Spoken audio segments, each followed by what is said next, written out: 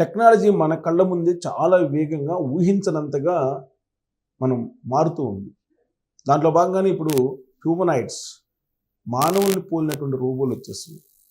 అవి మార్షల్ ఆర్ట్స్ని కూడా చేస్తూ ఉన్నాయి. ఇంతకీ ఎక్కడ అది మార్షల్ ఆర్ట్స్ పోటీలు ఎక్కడ జరిగినాయి?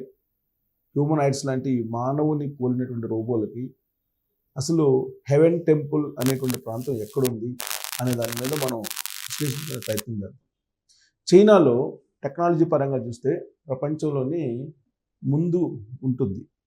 అందుకే అక్కడ రోబోతోటి వ్యవసాయం చేయటం, రోబోలతోటి అన్ని రకాల మానవ సహితంగా ఎలా అక్కడ రోబోలను ఉపయోగిస్తున్నారు అనేది మనం చూస్తూ ఉన్నాం. ప్రతిరోజు కూడా సోషల్ మీడియాలో చైనాకు సంబంధించినటువంటి రోబోలు అవి చేసినటువంటి యాక్టివిటీస్ మొత్తం కనిపిస్తూ ఉన్నాయి. ఇప్పుడు చైనాలోని మార్షల్ ఆర్ట్స్ని రోబోలకు నిర్వహించారు. వాటి మధ్య జరిగినటువంటి పోటీ చాలా రసవత్తరంగా జరిగింది.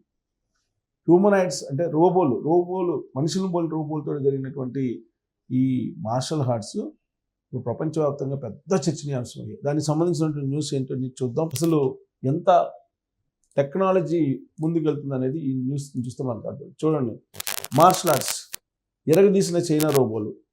టెక్నాలజీ విషయంలో చైనా ప్రపంచ దేశాలకు దాటేస్తూ దూసుకెళ్తుంది. తాజాగా చైనా హ్యూమనాయిడ్ రోబోలు చేసినటువంటి మార్షల్ ఆర్ట్స్ ప్రదర్శన అందుకు నిదర్శనం. ఇటీవల ముగిసిన చైనీస్ నూతన సంవత్సర వేడుకల సందర్భంగా బీజింగ్లోని టెంపుల్ ఆఫ్ హెవెన్లో 49 హ్యూమనాయిడ్ రోబోలు సింక్రొనైజ్డ్ మార్షల్ ఆర్ట్స్ ప్రదర్శనతో ఆకట్టుకున్నాయి.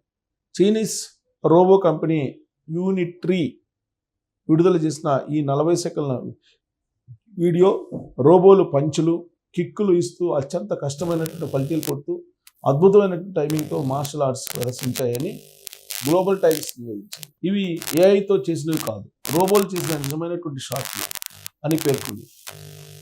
ఈ వీడియోలో బీజింగ్లోని టెంపుల్ ఆఫ్ హెవెన్లోని Hall of Prayer for Good Harvest ముందు